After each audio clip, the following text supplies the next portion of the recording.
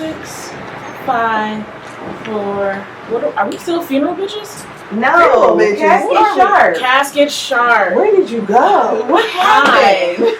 Hello, everybody. Welcome to our first podcast here at Funeral Bitches, aka Casket Sharp. I don't understand. Why? Where did that come from? Why? Because that was the first name I came up with. We threw it out.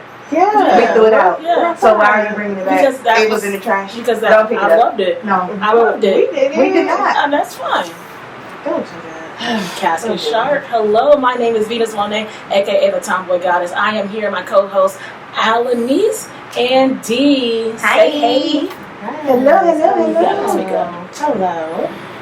Use your grown woman voice. This is okay. First off, we not gonna just sit here and talk shit about how We're not gonna start it off like that. Now you want to talk with it, right? Based on your voice. Now she's like, now she want to be a talk regular, please. And you guys look so pretty. So you do too. I love this touch. She got a vibe. No one told me we were supposed to wear makeup on our first You don't supposed to. You do what you do. Yeah, didn't do it. That's okay. I mean, I thought because you said you had previous engagements earlier this morning, and then you didn't. Oh, so I thought you was going to be dressed up. No, and that be all dolled up and stuff. I thought like my outfit is real basic. I mean, the fit is what it is, but I could have put on a little blush. Hey, but guess what? A little rouge. You cute anyway. So let's get into it, guys. Let's get into it. So for the audience, because they don't know who we are, I just want to give them a little background. Just about us real quick. We do work in the funeral industry. I've been working in the funeral industry for about 3 years. How long have you been working, Alex?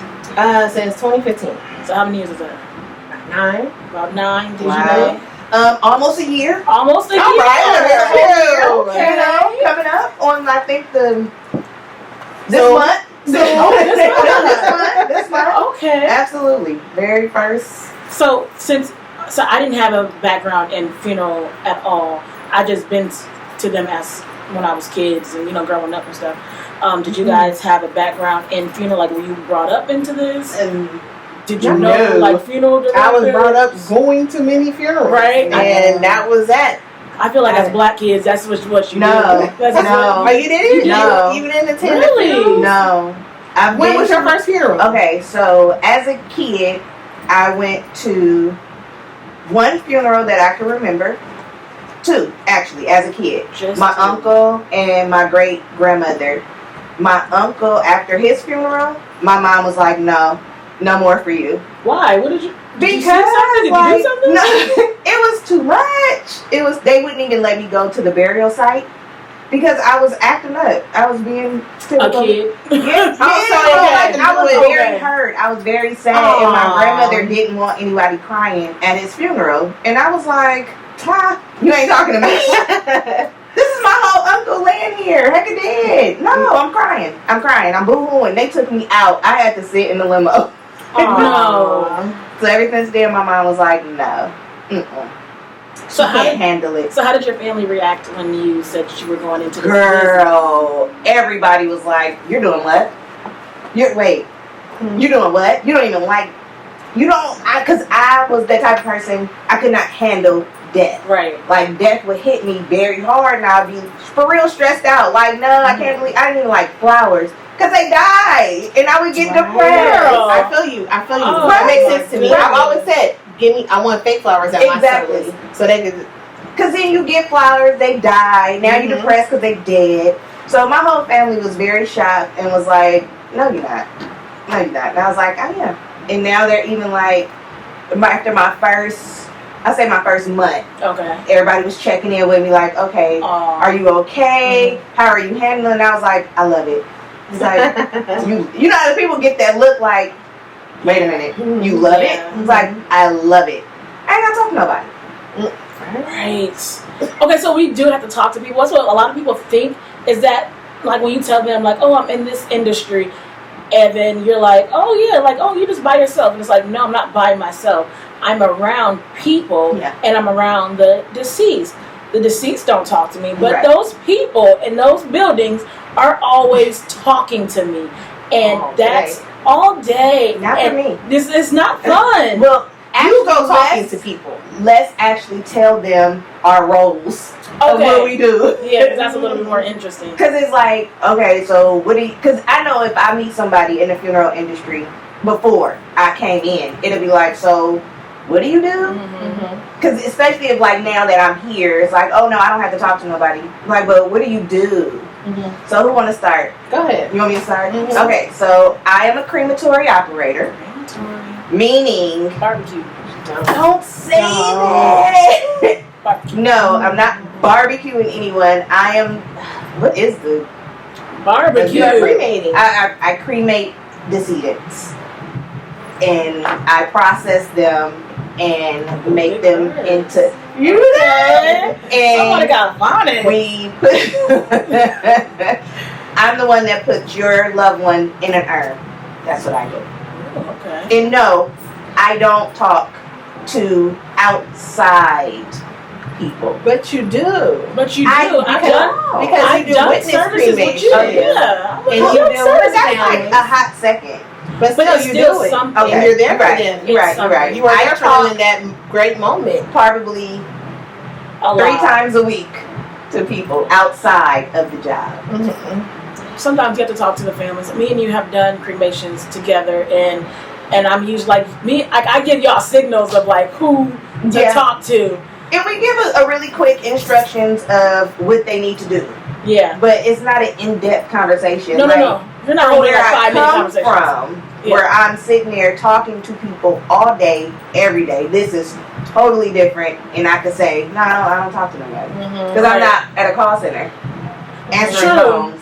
That's a different type of talk. Right. That's And what that's talking. I get what you mean. I get what you mean. Yeah. I got to talk to you for 2-3 minutes at Right. max instead of talking Just to to you get for you like 15 verified. to 20 minutes or something You like know, that. I talk I to get that. families for about a I good get 2 that. minutes. That's it. Yeah. So that's what I do, everyone. I cremate. And so I used to work services. I used to direct funerals, and now I work in a prep room, which means I prepare deceased, check them in once they get into our facility, dress in casket, cosmetize. Sometimes I assist on embalmings here and there if she allows me that one over there. But yeah, that's what I do. And I've been doing that for, I want to say, about a year. Like, officially started this year, but unofficially, like, I've been having you helping me like, for a some while. have been gone for a while, so it was like 2. You've been helping me out for a Yeah, while. I've been doing it for a while. And that's pretty much what I do. Do I have to talk to people? All then. Families, not as much anymore. Thank God. Because they can be a little draining. Like, if we're going to be candid, and I know people really want to know what's tea in the funeral industry, because we do get those questions a lot. Like, so families could drain you. Absolutely. Families will drain everything you have. And it's like, maybe it's like you just talk to this one family and you come back feeling defeated and just, I can't do it no more. Because their like anxiousness and angriness or what, like their grief will just jump onto you, and you're just like, hey, I don't got it in me. Like, I'm done. I'm done. I'm done. My day's over. I'm clocking out. Man, and you really can't clock out. The most you can have is your lunch, your little hour break. lunch, and that's it. That's it. And you're back to serving face because you're the face of the company or that funeral home, and that's training. So working back into the prep room is kind of a little bit better, even though I am desensitized, and I know we did talk about this yesterday of how desensitized we are to death and to other people's grief, where it's not sadness that I feel. I'm working. I'm at a job. Yeah, I would love to hear about your loved one and their glory days and their heydays and what you guys did. But honestly, I'm thinking about like, hey, when I leave here, I need to go pay this bill. I need to go chase. What am I making for lunch? What for the next day? The kids, dinner, like all types of things is going through your head. And it's like I'm looking at you and I'm like, simply trying to sympathize with you and acting as if, but I'm not here. This is a job. I want you to leave from me. I want you to leave. I do. And I'm going to be completely honest. I want you just to walk off. Like, just go. I want you to go over there. I swear, I care, but I don't. But I care. I care about. I empathize with you. I'm sympathizing with you, but I really need for you to go have a seat now because you talked my ear off about Nana and her cooking. I'm done. And I still have to go pass out Kleenex over to the woman that's trying to get in the casket. I cannot or the one that's stand fainting. Or when I take them to cremation, they just falling out, and I'm looking at Dejanay like.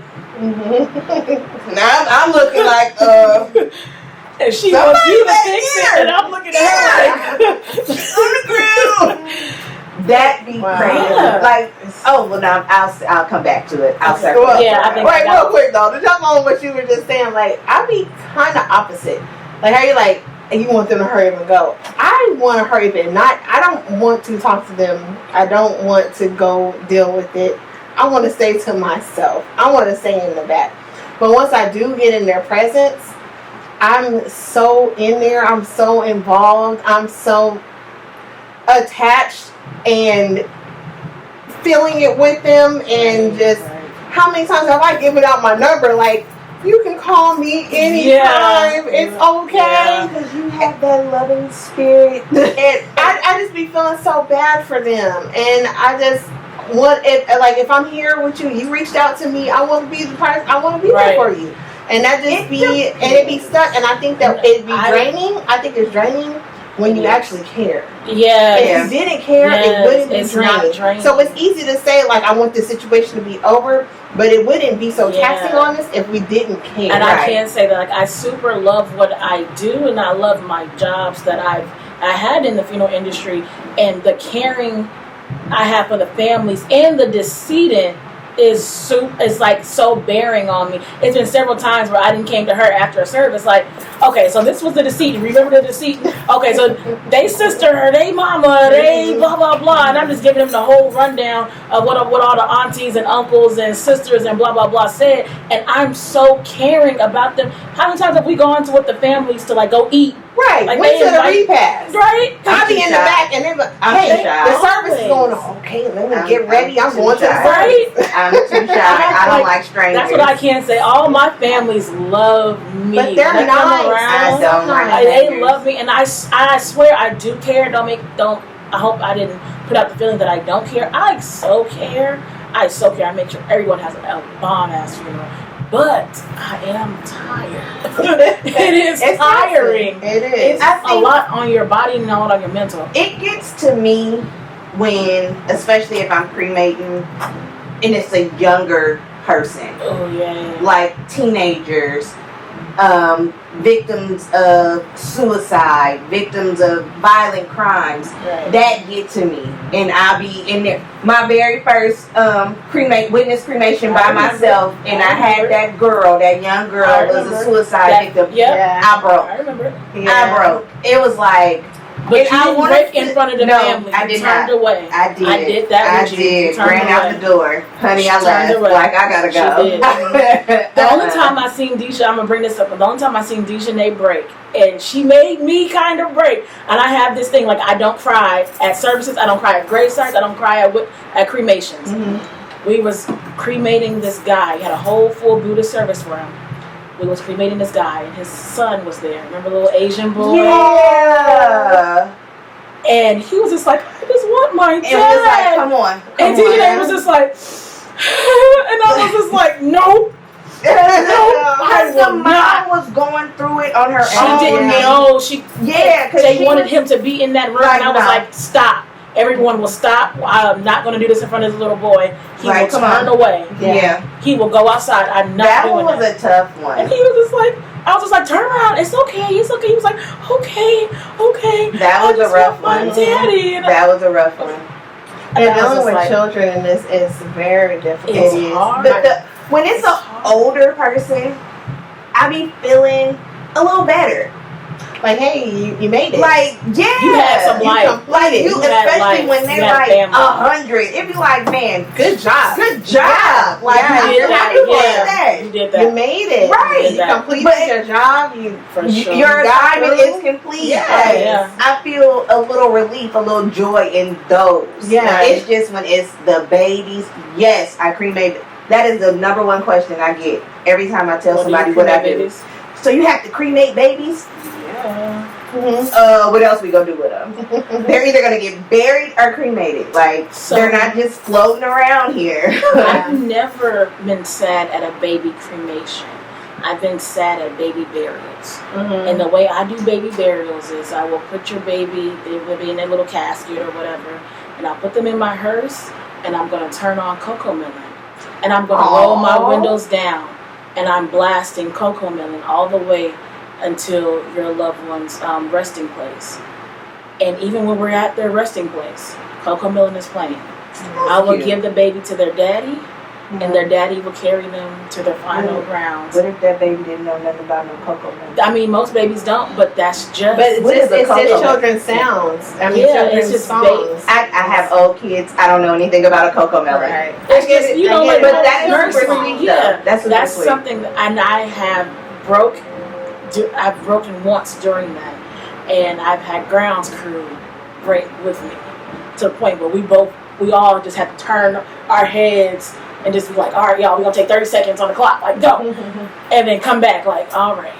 Like, very somber, very cool, trying to be there for the family. You gotta hold it together, but I think when you do start breaking, that family kind of looks at you like you're human too.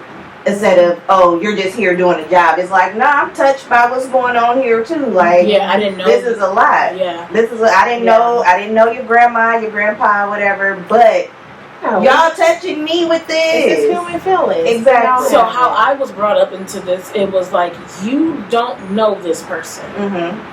You don't have a feeling to this person. You have a duty, because this is your job, to the family.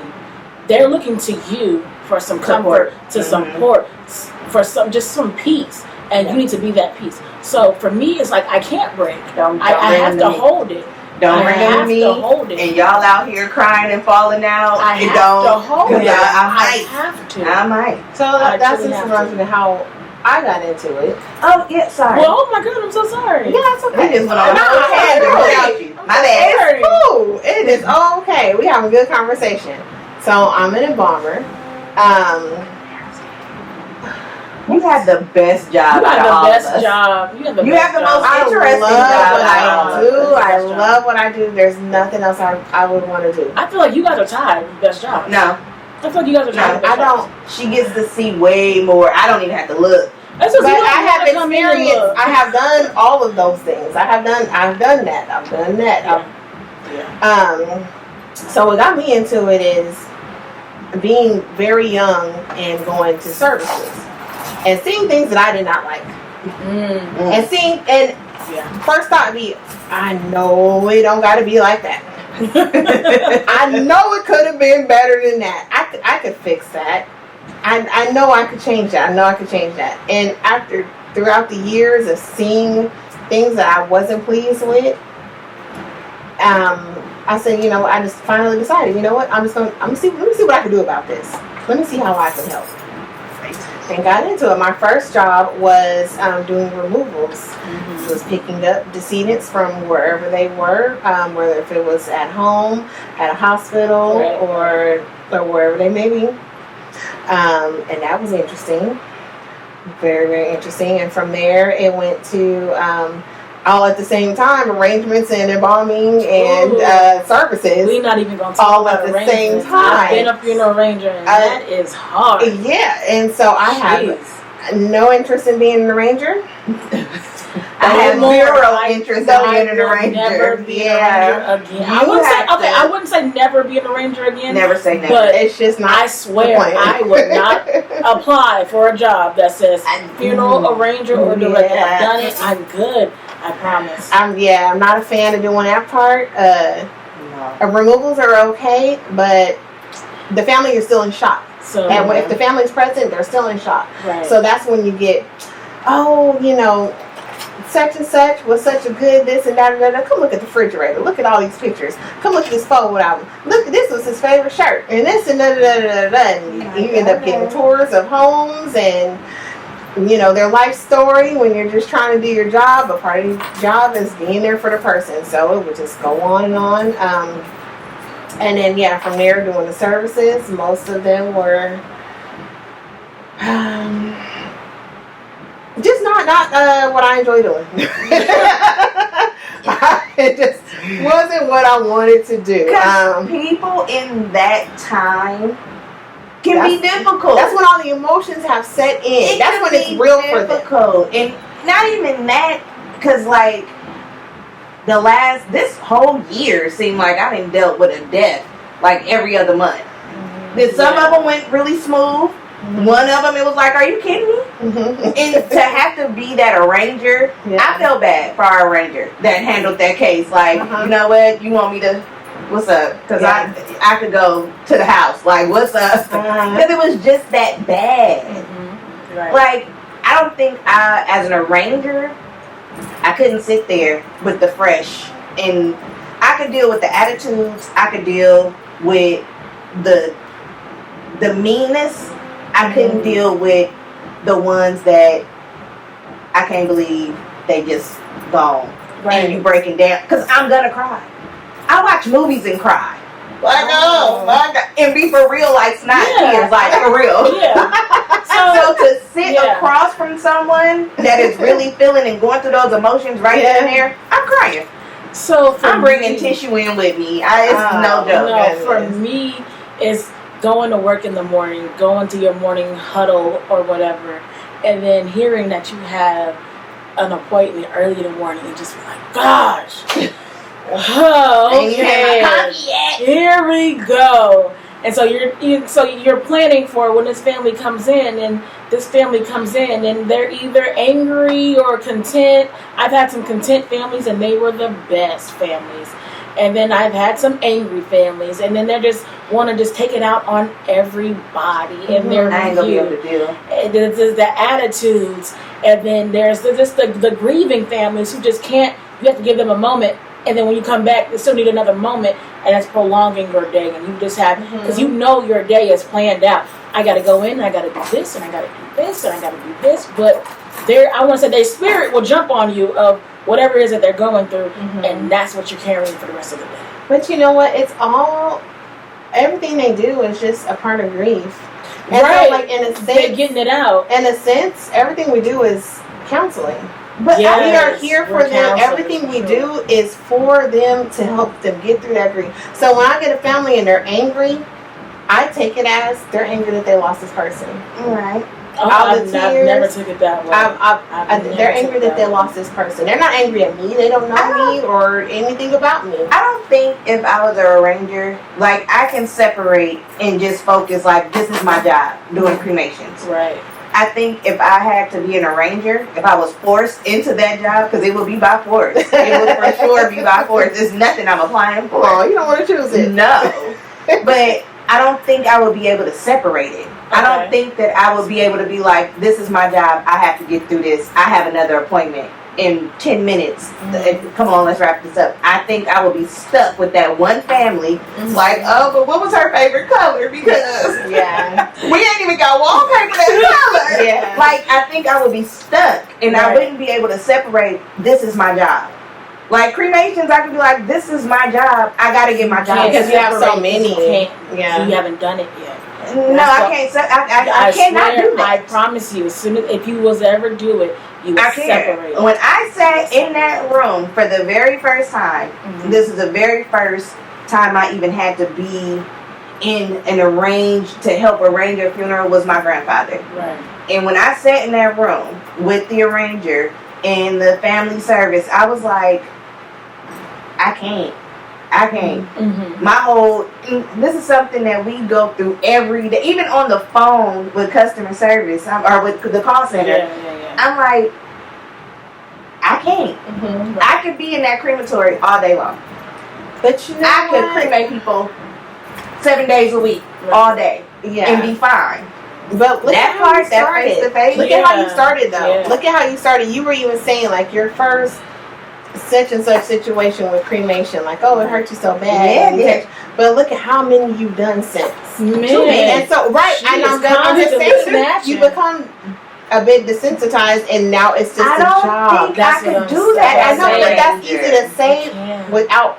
Just like as an embalmer. Like, I want to be an embalmer. I want to do it so bad. But then I come in prep and I'd be like, ooh, why is that like that? No, I can't go in there. But you know what? Even me, even still, I get certain decedents, and when I get them, I'm holding their hand. Will literally hold their hand. No, it's just that you're loving like I just care. I will sit there and hold their hand. Or I will make sure that I'm there for every part of their journey. You haven't so far, and I doubt that if you ever will, but you haven't separated like this is just another person, this is a job. It happens. Yeah, she has. It happens. Yeah, she has. It happens. But if you're big and you come to her and you die and she got to embalm you, oh my God, she will show you the best time ever. I promise. If you, like I'm saying, 300 and plus, if you big, oh my, he's just so cute. Like, look at him. Okay, there's certain people that. Okay, make sure you clarify that. Make sure you are very clear because you know we got some weirdos in our industry. Best time, no, wait a minute. Okay, she's gonna take the best care. The best care. There we go. She's gonna take the best care. She ain't gonna be on no weird stuff. No weird stuff. It's a certain, like if there's like a cute little old person, I'm like, oh, or use your grown person voice. She can't when she talks about this, right? She can't.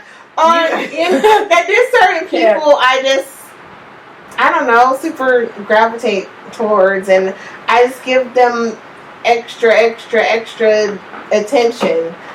Yeah, I mean, she loves a good breast cancer patient. I'm gonna just say that we've had a few breast cancer patients, and she's just like, I gotta go find them flowers. I remember her. Oh, I want to do their nails.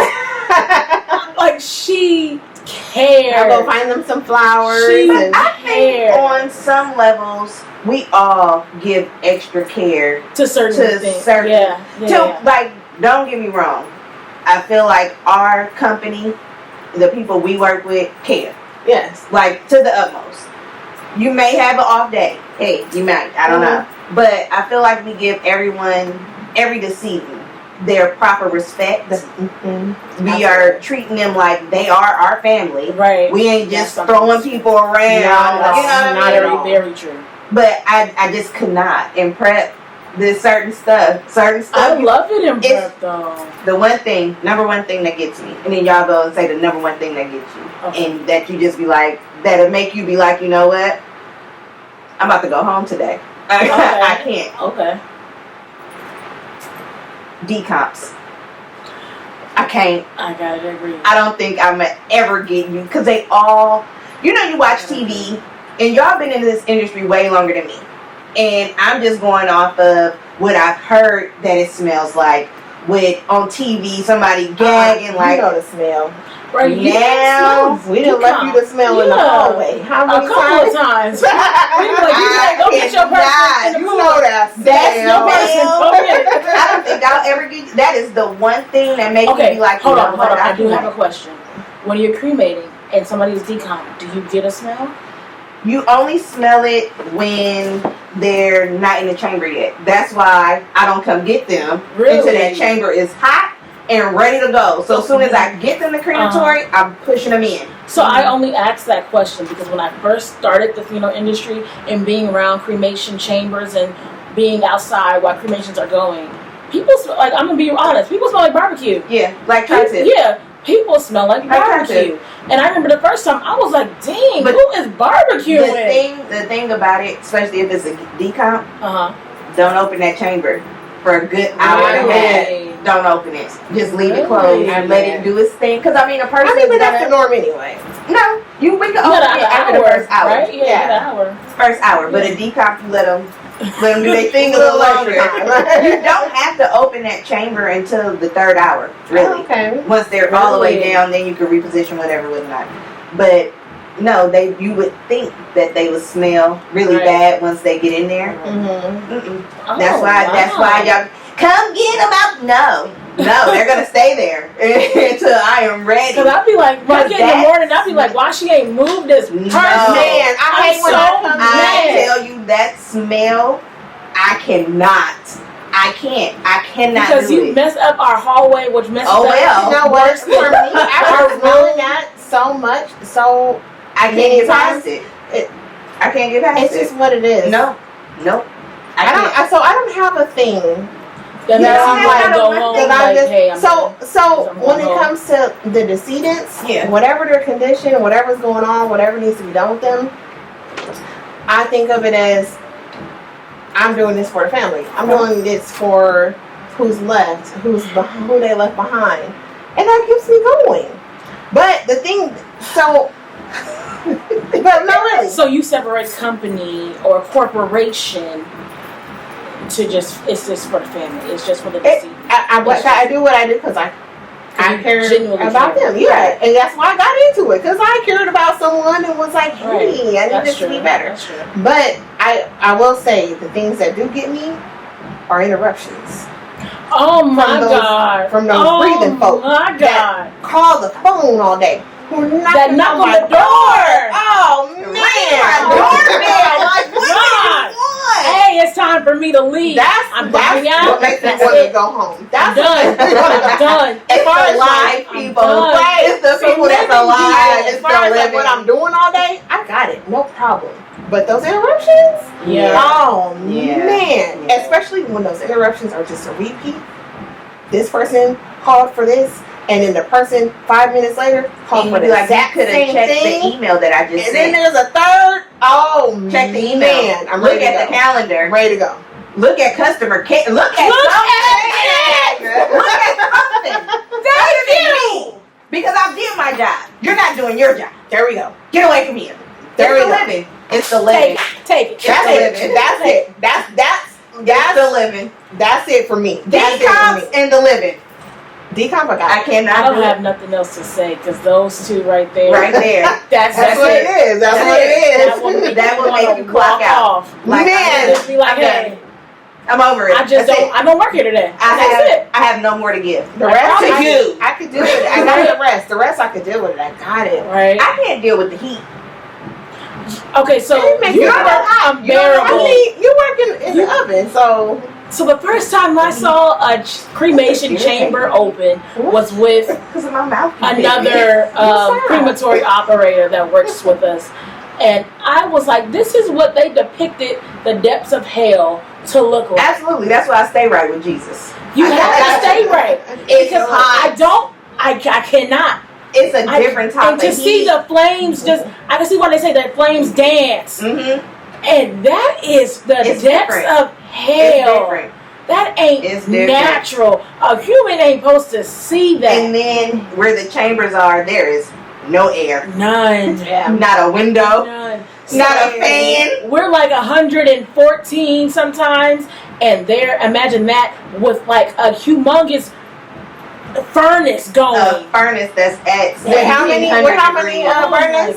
God. Two burners with blasting flames.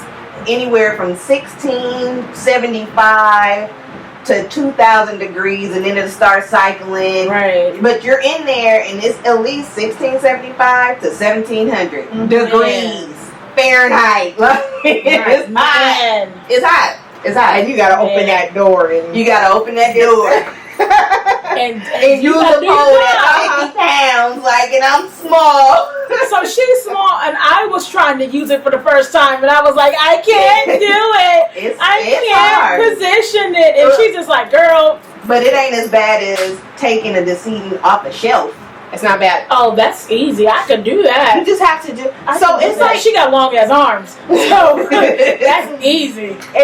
You just have to do it. It has to be done, and that's how I feel about it. It gotta get done. I gotta do it. It's gotta get done. Yeah, you have no choice around it. Right, we gotta get it done. Right, I can't just that bad. You staring at me, I'm staring at you. The more you do it, the more you develop your own techniques. Like I could tell you how to do it all day, But you might be like, well, you said use the right over the left, and the left over the right actually works Very better. true. Very so true. the more you do it, the easier it is. It's not that bad. I kind of want to rail it in a little bit. I know we've been kind of going on some tangents, and it's been good tangents, and I hope some people are actually learning a little bit about the things that we do on a day-to-day basis. And if you have questions, put them in the comments. Please put them in the comments. We will answer them all. Very, very welcome. We will. Okay. Yep. We're doing good. So my next thing that I really did want to get on topic before we close this out is telling the people why we started the podcast. What's the reason we started the podcast? Who wants to take that? Why you want to go there right now? We don't want to wait till episode 2. Wait, hold on. Do y'all want to take a shot first, or take a little sip on your sip drink? Oh, you ain't been sipping? Oh, girl, it's gone. I've been sipping. Yeah, Yeah, right. she's the one that ain't. The whole podcast, I just been like, what you got? Okay. Yeah, I still got half of I'm at the the eyeball. oh, girl. Oh, It's yeah, down right. here. I'm with you. Oh, wait, half? Oh, mine's is down here. I'm at the ball. I'm like right at the balls. Nah, I'm here. And that's how we start the podcast. Hold on. Just give us a second. Stop. Just give us a second. Don't get shy now. We're going to go into that. Don't get Okay, shy so now. listen. We got the podcast going because Tell the truth. Tell the truth. Shame Because the the devil. Lord. okay, so we was looking for ways to hustle. Yeah. Tell the truth. And Why were we looking for ways to hustle? Because we're poor. money. Poor. You got money? People think Do that you we got have money? money. Because you work in the funeral industry and you do not have money. Right, and you need a little loan from somebody, and they look at you like, hey, you got it. I was actually finna call you and ask you for something. It's and I don't got it. It's expensive to bury a person, but Yeah. you know. That don't mean it trickle down. No. Ain't no trickle down effect. Not no trickle Love my down. job, but yeah, it doesn't pay the best. So yeah, we was looking for a way to hustle. We was looking for a way to get some more money, and we we juggled a few ideas. What was the idea? So bam, we got a podcast. So okay, She ain't gonna tell it. Husbandness was all just fake news. We No just way. We're just playing. Already. We went through. All right, let's see. I was over in prep because I ain't never where I'm supposed to be. I was over in prep, and I'm like, you know what? I spend money like I sell drugs, and I don't. I'm poor. So then we start talking about selling drugs. But we was we trying had to develop a man. Hiccups in the road. It was more of a her. I'm scared. She can't do that. I'm like, all right, I know where to get the 8-ball. I know where to bloopity bloopity bloopity bloop. I'm scared, and I was so really bad. I I'm was ready so to talk with bad. that She was scary, and you. I don't have the time. Because we have to find somewhere to sell the drugs, somewhere knew where to get the drugs, but where we go sell them at. Who's going to take the night shift? Because I go to bed at 9 o'clock, so I can't do that. Somebody's scared of the dark. It was too much. I just don't want anybody to have drugs. So no drugs. So we kicked drugs out the window. Bye-bye drugs. Poof. That was done. Then we said, all right. Everybody know how to suck dick, right? We know how to. No, what was it? What you really good at? What are we all really good at? What are we all really good at? We all said sucking dick. And then it became random dick. Then that threw it out right there. And I was just like, all right, well, just use a condom. She was like, I'm allergic to latex. Okay, well, use lambskin. I gotta bring my own supplies. Then use extra because you got the lambskin. And then we went through more scenarios of sucking dick. And then we was like, okay, what's I'm y'all kind of married, so I can't really just be out here. Okay, you saying that on the podcast, but say what you were saying. I'm never letting my husband hear this podcast. Because we was all like, okay, Honey, so are you two-handed? And are you getting the ball? If it would have bought in some cash, he would have had to understand. Hey, if you had an extra $2,000 a week, right? If you got an extra $2,000 a week, you cannot be mad. He could have been mad, but it I wouldn't mean, have that would mattered. have been fine. Wouldn't have mattered. Yeah. Sorry, not sorry. Go to sleep. It's all right. It's all right. It's all right. That was Listerine. I'm good. Right? We're good. I put two Put of them in peroxide in there. You're fine. All germs. So then we threw that out the window because that wasn't going to work. It wasn't going to work. Then we said, well, hey. The legal thing. The legal thing to do that's not making us any money yet. But you ain't got to change it.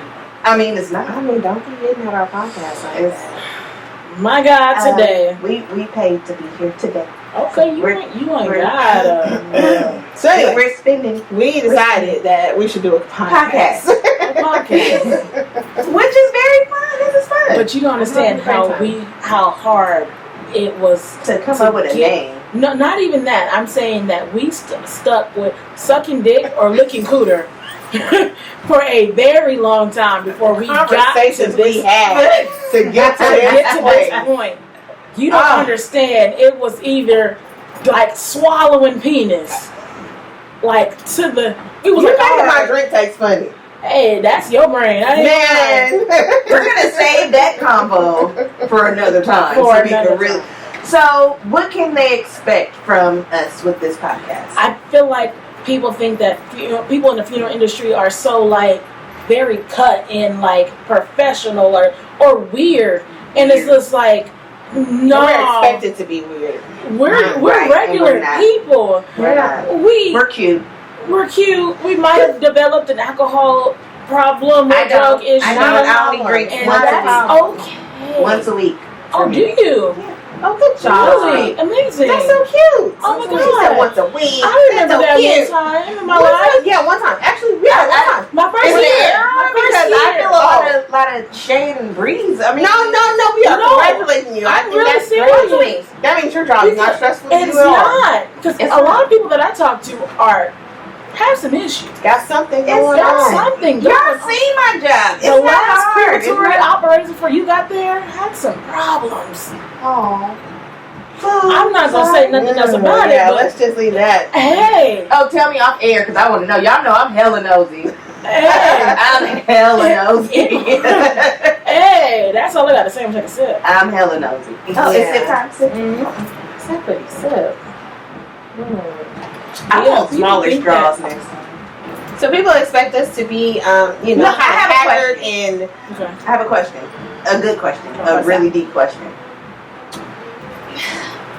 Oh my God. Remember we said we're not doing that. Wait, no, what? We're doing a podcast. What we said we was doing? Because we thought the mic. That's what we were talking about. That's how we got here. Oh my God. So, since y'all been in this industry, what's the difference? What is a mortician? What's a mortician? Okay, I'm actually because people ask me, so are you a mortician? I'm like, first off, I don't even know what that is, but no, I'm not. We are deaf technicians. But what is it? That's what a mortician is? Pretty much. Yeah. We deal with the dead. Oh, so the whole building is morticians. I thought a mortician. I wouldn't say that because building. No. We deal. Or is it just people that handle the deceased? Right. I would say more handling. But she's the only amongst us, the only licensed mortician. So you would be considered a mortician. Yeah, but I mean, I would say that I'm a mortician in training. So there's a lot of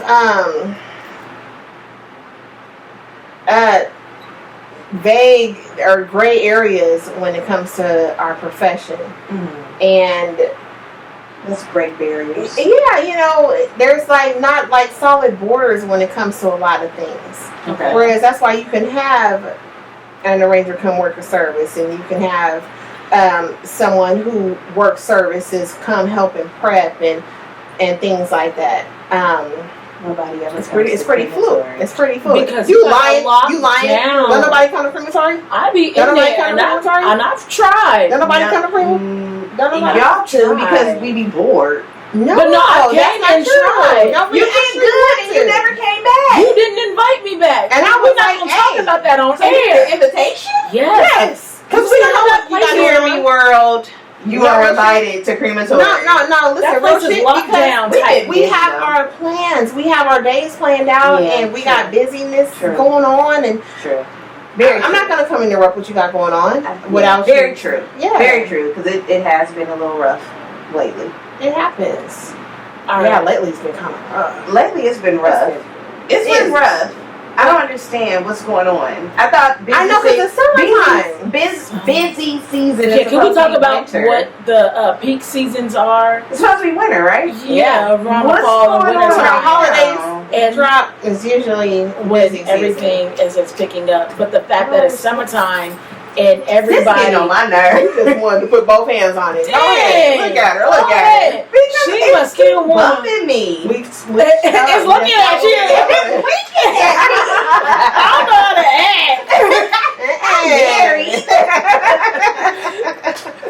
Anywho, sorry. Nasty ass. But yeah, summertime is supposed to be everybody's like cool down. But for whatever reason, we are so busy. We are really busy. And it's to the point where you don't have any time to take a break. You don't have a time to take 10 minutes to go to the. Do you? Yeah, we do too. But you know what? You're on your lunch feeling bad. And you're I don't. Okay, I'll say that I'm on my lunch feeling bad. I'm on my lunch knowing that prep is busy. I'm on my lunch thinking for too long. Okay, so when I get off this break, I gotta go in. I gotta do this first and this second and this third. Like, it's not a true break. I'm off. I'm on my off days working. No. Checking emails. No. Still getting ready. I don't even have my email connected to my phone. Absolutely not. Are you serious? I'm so dead. Oh, dead ass. I didn't check my email like at least 3 times today. Yeah. Dead ass. I woke up checking my emails. When I am off my Sunday and Monday, I wish you would call me talking about something crematory. Wish you would. Really? Wish you would. Really? I am off. Absolutely not. I do not take that job home with me. No. I do. I don't. And when I'm on my lunch break, I am on break. Oh no. You can come knock at that door and I'll stare at it. I'm on break. Our GM even said, when you are on your break and your lunch, that is your time. But it's mentally. Mentally you gotta disconnect. I take it it's home. hard. I saw my break. I get it. I feel you. And I was trying to do that. We'll discuss it on Tuesday because I was trying to get y'all out of that. No. Absolutely I'm not. gonna work it out of y'all. Yeah, no. It is your break. Even at your birthday party, checking my emails. Absolutely not. So I've had an arranger. I am on the road. I done left work. The arranger called me, asking me something. I said, I am off. Mm-hmm. No. And she was like, but can you just, no, I'm off. Mm. Call somebody else. Get somebody else to do it. I'm off.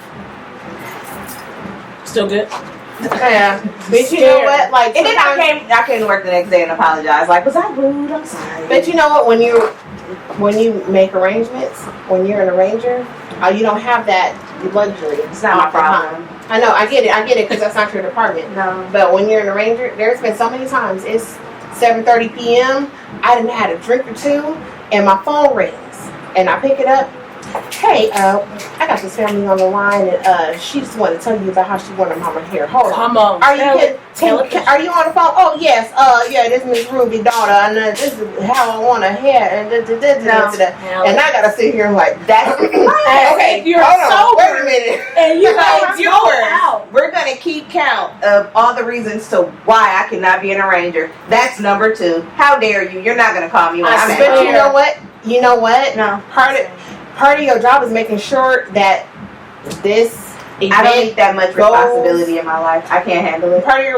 So when you have that responsibility, it's about making sure that event goes smoothly. Completely smooth. That's true. That all their expectations are met. I'm a very good event planner though, so I might do bombs. So then arranging a funeral. So I think you should give it a try and don't be so closed off. No. Because you might actually like it. No. I want us to put a pin in that, and I want us to make sure that we do bring that up in the next episode.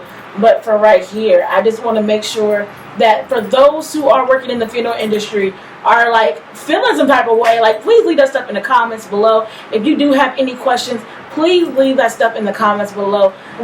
What's up? I have something to add to We're going to wrap it and up. Also, keep in mind we're in California, so some of the stuff that we talk about is going to be according to California. So don't come in these comments like, oh no, well and in this state every state is different. Different.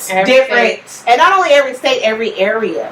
Every funeral home is different. But every area, you're different. Your climates and because we the way your communities work.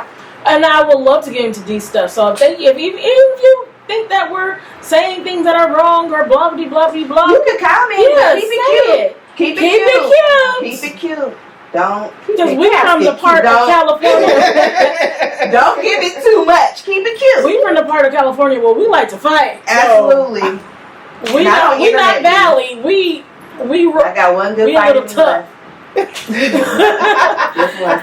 So thank you, viewers at home, for listening. We're gonna wrap it up. That's okay. But you know what? I know we all have so much more to say, but we will have. And we're gonna leave that for episode 2. Thank you guys for being with us for the first episode of Funeral Bitches. No. Banger. No. Fire. It's not. Explosions. It's Casket Sharp. It's Thank not Funeral Bees. We don't like it. Casket Sharp. Haters. We don't want it. Thank you guys for watching. I am Venus Monet, the Tomboy Goddess again, and this is... I'm Melodies. Bye.